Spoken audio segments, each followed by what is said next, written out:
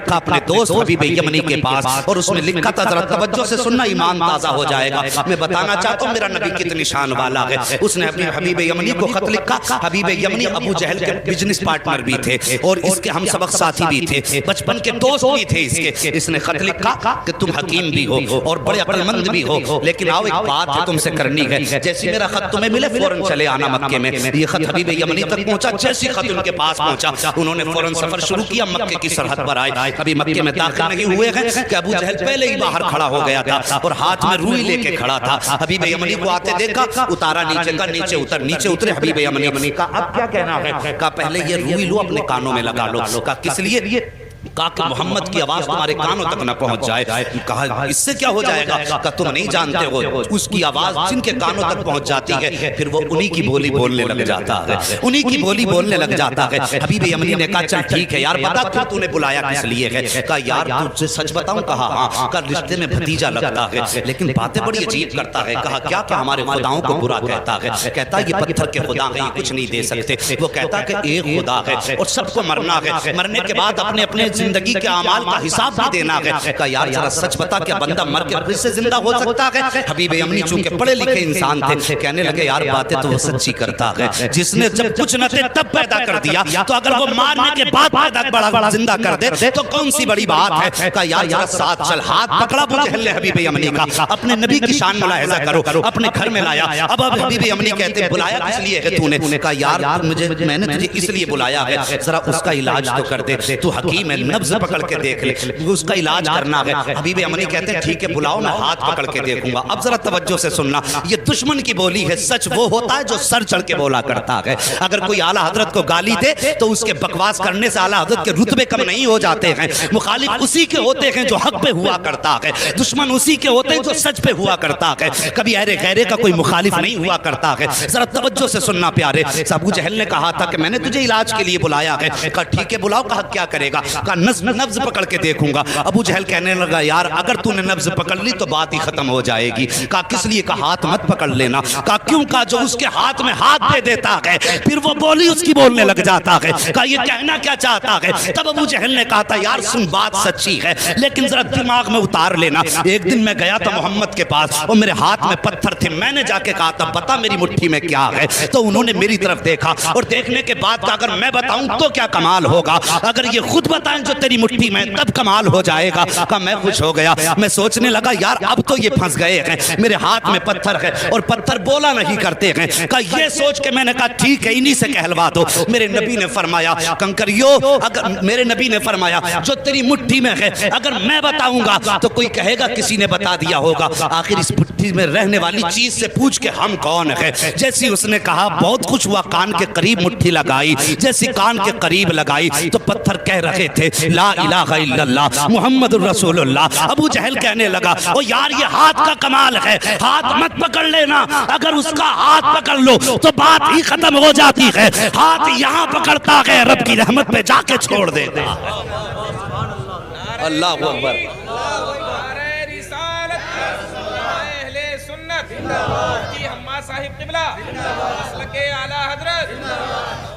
ہاں صاحب کہا کہ ہاتھ مت پکڑ لینا. کہا ٹھیک ہے پھر.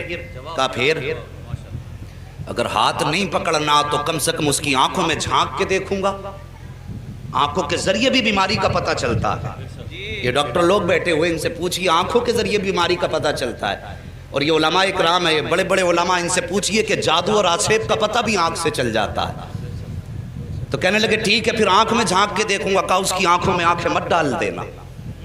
کہا کس لیے. کہا اگر آنکھ سے آنکھ ٹکرا گئی تو کام ہی ختم ہو جاتا. یہ دشمن کہہ رہا کہ آنکھ میں آنکھ مت ڈال دینا. کہا پھر. کہا اگر آنکھ سے آنکھ ٹکرا گئی تو کس سے ہی ختم. کہا کیا ہو جاتا. کہا ایک بار بلال کی نظر پڑ گئی تھی محمد کے چہرے پہ.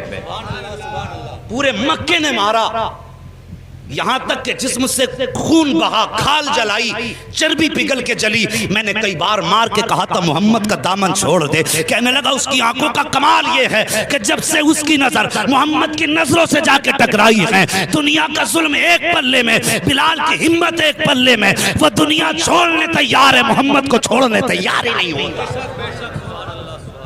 بس آنکھیں بھی مت دیکھ لینا. تو کہا یار پھر بلایا کس لیے ہے. ہاتھ بھی نہیں پکڑنا ہے، آنکھ میں بھی نہیں دیکھنا ہے، بلایا کیوں ہے؟ کہ پھر ایسا کر خوشبو سے پتہ لگائیں گے۔ کہا تو پھر ٹھیک ہے، تو کام ہی نپٹا دے گا۔ کہا پھر؟ کہا خوشبو سے سونگ کے بتاؤں گا کیا ہے۔ کہنے لگا اس کی خوشبو کی سونگنے کی ضرورت کیا ہے؟ پورا مکہ گواہ ہے، جس گلی سے گزر جاتا ہے 8 دن تک گلیاں مہکتی رہتی ہیں۔ بولو یار ذرا سبحان اللہ۔ جی اگر تھک کے بھوکے بیٹھیں تو میں قربان بھائی سے کہوں گا انہیں پہلے کھانا بانٹ لیں، اگر تھک کے نہیں بیٹھے تو محبت سے بولیں ذرا یا رسول اللہ۔ اللہ سلامت رکھے، اللہ آج کی گرمی تیرے محبوب کے ذکر کے لیے برداشت کی ہے، مالک قیامت میں محبوب کی زلفوں کا سایہ عطا فرما دینا۔ بس توجہ کرے، اگر تیرے میرے یار کی باتیں ہوں، اپنے محبوب کے تذکرے ہوں تو محبوب کا دل ٹھنڈا ہوتا ہے۔ ہم نے رب کے محبوب کا ذکر چھیڑا گیا، یقیناً خدا راضی ہو جائے گا۔ بس توجہ کریں۔ کہنے لگا خوشبو سونگنے کی ضرورت کیا ہے؟ جن گلی سے گزر جاتے ہیں 8 دن تک گلیاں مہکا کرتی ہیں۔ کہا کوئی ثبوت ہے؟ کہا ہاں۔ کہا کیا؟ کہا گزار کے دیکھ لو اور آنے بھی دو، قدم رکھنے سے پہلے خوشبو گھر میں آ جائے گی۔ ایک دن میرے نبی نے نا اپنی زوجہ حضرت خدیجۃ الکبریٰ سے کہا تھا، خدیجہ 25 سال ہو گئے میرے ساتھ، 25 سال میرے ساتھ ہو گئے تمہیں، لیکن کبھی محمد کو دروازہ بچانے کی ضرورت نہیں پڑی۔ سارے بولو صلی اللہ علیہ وسلم۔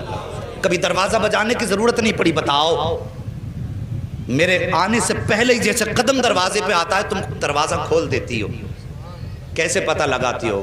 تو کہتی ہیں حضور آپ اپنے دروازے سے پہلے والے چوراہے پہ ہوتے ہیں، کہ آپ وہاں ہوتے ہیں، خوشبو آپ سے پہلے گھر کے اندر آ جایا کرتی ہے۔ امام احمد بن حنبل کے پاس ایک بزرگ آیا کہ کہنے لگے حضرت مجھے بیٹی کو رخصت کرنا ہے، بیٹی کو رخصت کرنا ہے۔ کہا پھر؟ کہا میری بیٹی پیدا ہوئی، مجھے بڑی خوشی ہوئی، میں نے منت مانگ لی تھی کہ اپنی بیٹی کو دنیا کی ساری چیز جہیز میں دینی ہے۔ حضور میں اس وقت امیر تھا لیکن اب بڑا غریب ہو گیا ہوں، میری یہ نظر پوری کیسے ہوگی؟ آپ نے فرمایا جب قرآن بیٹی کو جہیز میں دے دے دنیا کی ساری دولت چلی جائے گی۔ حضور کی بارگاہ میں بزرگ آئے، عمر رسیدہ تھے، کہنے لگے حضور میں بیٹی کو رخصت کرنا چاہتا ہوں، حضور کوئی تحفہ آپ کی طرف سے ہو جائے۔ میرے نبی نے فرمایا جاؤ بیری کی لکڑی توڑ کے لاؤ۔ وہ ایک لکڑی توڑ کے لائے، حضور نے نا یوں، توجہ ہے اشکر بھائی، حضور نے یوں اپنے بازو سے رگڑی اور اس پہ سرکار کا پسینہ لگا اور فرمایا جاؤ یہ عطر اپنی بیٹی کے لگا دینا۔ کیا فرمایا؟ جاؤ یہ پسینہ میرا اپنی بیٹی کے لگا دینا۔ مورخین نے لکھا ہے لے کر کے گئے وہ پسینہ سرکار کا بیٹی کے لگایا، جب داماد آئے گھر کے اندر تو وہی پسینہ داماد کے لگایا۔ اللہ اکبر۔ مورخین اور محدثین فرماتے ہیں کہ ان میں تو خوشبو آتی رہی جب تک جیے، لیکن ان کی 7 پشتوں تک مصطفیٰ جان رحمت کی خوشبو آتی رہی تھی۔ اور امام قسطلانی جو سرکار کے 900 سال کے بعد پیدا ہوئے، آپ فرماتے ہیں جب میں اس گلی سے گزرا جس گلی میں وہ نسل آباد تھی جس پر مصطفیٰ کا پسینہ لگا تھا، امام قسطلانی فرماتے ہیں 900 سال گزر گئے، 900 سال کے بعد ایک بچہ میرے سامنے سے گزرا، جب میرے آگے سے گزرا اس کے بدن سے مدینے والے محمد کی خوشبو آ رہی۔ کہنے لگا سونگ مت لینا ورنہ 7 پشتوں تک مہکتا رہے گا۔ کہا جی پھر تو ہو گیا کام۔ حبیب یمنی نے اٹھایا اپنا سامان اور چل دیے۔ بھائی کدھر جا رہے ہو؟ کہا علاج کا تو یہ طریقہ ہی نہیں بچا، ہاتھ میں نہیں دیکھ سکتا، آنکھ میں نہیں جھانک سکتا، خوشبو میں نہیں سونگ سکتا، تو بتا پھر علاج کیسے کروں گا؟ بھائی راضی ہو جا، غصہ نہ ہو، ٹھنڈے دماغ سے ذرا کام لے، بیٹھنا ہم انتظام کر لیں گے۔ کہا پھر؟ کہا ملاقات کر لے۔ کہا ٹھیک ہے ملاقات کر لیتے ہیں۔ جگہ کا تعین، کدھر جانا؟ کہا ان کے ہاں تو نہیں جائیں گے، انہیں اپنے گھر بلا لیتے۔ توجہ کرنا، کیا کہا؟ انہیں اپنے، ذرا سارے کہہ دو، اپنے گھر بلا لیں گے، اپنے۔ کاش اللہ اس آمد کے صدقے میں آج بھی مصطفیٰ کی آمد ہو جائے، واللہ وہ سن لیں گے، فریاد کو پہنچیں گے، اتنا بھی تو ہو کوئی جو آ کرے دل سے۔ کہا گھر بلا لیتے۔ المختصر یہ فیصلہ ہو گیا، سرکار کی بارگاہ تک خبر پہنچی، اسلام کا ابتدائی دور ہے۔ کہا حضور آپ کو فلاں جگہ پہ آنا پڑے گا۔ ابو جہل جس کا لقب ہے، مشہور ہے دنیا میں لفظ ابو جہل سے، کیونکہ میرے نبی نے ایک بار ابو جہل کہہ دیا تھا، آج تک پوری دنیا ابو جہل کہہ رہی ہے، اور حضور نے ایک بار کہہ دیا تھا تمہارا نام ابو ہریرہ ہے، پوری دنیا سے نام بھولے بیٹھی ہے۔ حضور جو کہہ دیں وہی پتھر کی لکیر ہے۔ توجہ کیجئے۔ کہا ٹھیک ہے لیکن جب یہ خبر ہوئی کہ حضور ابو جہل کے گھر جا رہے ہیں، اصل نام ابو جہل کا عمرو بن ہشام ہے، کہ عمرو بن ہشام کے گھر حضور جا رہے ہیں، باتیں ہونے لگی کہ دشمن کے گھر جا رہے ہیں، حضور کا دل تھوڑا رنجیدہ ہوا، یا اللہ مکے میں ایسی باتیں ہو رہی ہیں، فوراً رب کی جانب سے پیغام آیا، محبوب اداس کیوں ہوتا ہے، گھر اس کا ہے، چرچا تو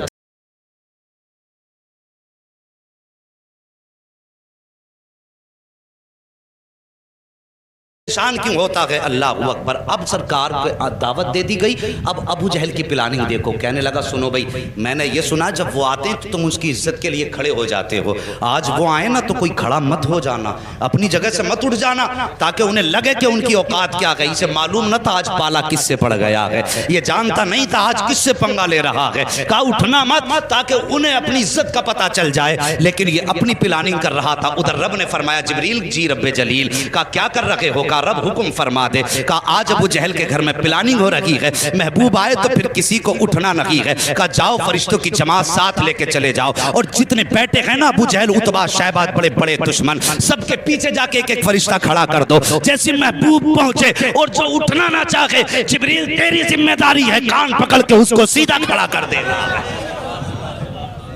آج بھی لوگ بھونکا کرتے ہیں کہ سلام کھڑے ہو کے کیوں پڑھتے ہو، قیام تعظیمی یہ رب کراتا ہے، اور قیام تعظیمی سے روکنا تمہارے باپ ابو جہل کا کام تھا، انہوں نے کہا کھڑا نہیں ہونا کسی کو بھی، اور رب نے فرمایا دیکھوں آج کون کھڑا نہیں ہوگا، محبوب میرا جسے میں چاہوں گا وہ کھڑا ہوگا، اللہ اکبر۔ جب نبی کو دشمنوں نے گھیرا کہ تب مدد کے لیے جبریل آئے ہیں، اس پہ کئی ساری روایتیں ہیں لیکن وقت کم ہے، میں اس کو بھی بتا کے چلتا، لیکن بس نبی کی شان سن لو، بات کر دی اس نے کہ کوئی اٹھ کے کھڑا مت ہونا، اللہ اکبر۔ ادھر میرے نبی ساتھ میں چند صحابہ ہیں، اسلام کا ابتدائی دور ہے، ابو جہل کی محفل میں بیٹھے ہوئے ہیں لوگ جماعت در جماعت، اس کے اپنے چاہنے والے بڑے بڑے کافر مکے کے بیٹھے تھے، اور یہ چاہتے تھے نبی کو ذلیل کرے معاذ اللہ، ان کی گردن جھکائیں، لیکن انہیں معلوم نہ تھا فانوس بن کے جس کی حفاظت ہوا کرے وہ شمع کیا بجھے جسے روشن خدا کرے، اللہ اکبر۔ وہ کیسے شرمندہ کر سکتے تھے جس کو کائنات کو جس کے قدموں سے عزت ملی ہو، اس کو کیسے ذلیل کیا جا سکتا ہے؟ میرے حضور نے قدم رکھا، ابو جہل نے عتبہ کے کونی ماری، عتبہ نے شیبہ کے کونی ماری، ایک دوسرے کے کونی مار کے کہنے لگے آ گئے اٹھ کے کھڑے مت ہو جانا، لیکن جیسی آئے نا حضور نے بھی دروازے پہ قدم رکھا تھا، پہلا قدم حضور نے اندر رکھا، ابو جہل نے سب کو دیکھا اٹھنا نہیں، جیسی کہا نا اٹھنا نہیں، ابو جہل کے پیچھے جبریل امین کھڑے تھے، سب سے پہلے ابو جہل کا کان پکڑا اور سیدھا کھڑا کر دیا، جب ابو جہل کھڑا ہوا عتبہ خود کھڑا ہو گیا، شیبہ خود کھڑا ہو گیا، دشمن خود بخود کھڑے ہو گئے، جب سب کے سب کھڑے ہو گئے میرے حضور نے اندر قدم رکھا، آئے عزت سے اپنی جگہ پہ بیٹھے، اور بیٹھنے کے بعد پھر پوری جماعت پہ ایک نگاہ ڈالی، جب نگاہ ڈالی ایک دوسرے کو تک رہے تھے، عتبہ شیبہ سے کہہ رہا تھا یار کیوں کھڑا ہو گیا، شیبہ عتبہ سے کہہ رہا تھا تو کیوں کھڑا ہوا، سب مل کے چودھری ابو جہل سے کہہ رہے تھے تم کیوں کھڑے ہو گئے، وہ کہہ رہا تھا یار مجھے خود نہیں پتا چلا میں کیسے کھڑا ہو گیا ہوں، میرے حضور بیٹھے ہیں، اور بیٹھنے کے بعد پھر میرے آقا نے فرمایا تھا چھوڑ دے اس کے کان، اتنا کہا نہ دھڑام سے ابو جہل نیچے گرا، جیسے نیچے گرا حبیب یمنی کہتے ہیں او حبیب یمنی نے کہا تھا ابو جہل پتا چل گیا ہے کہ سچا کون ہے جھوٹا کون ہے، تیرے کھڑے ہونے نے بتا دیا ہے کہ جھوٹا تو ہے، سچا رب نے محبوب کو بنا کے بھیجا ہے۔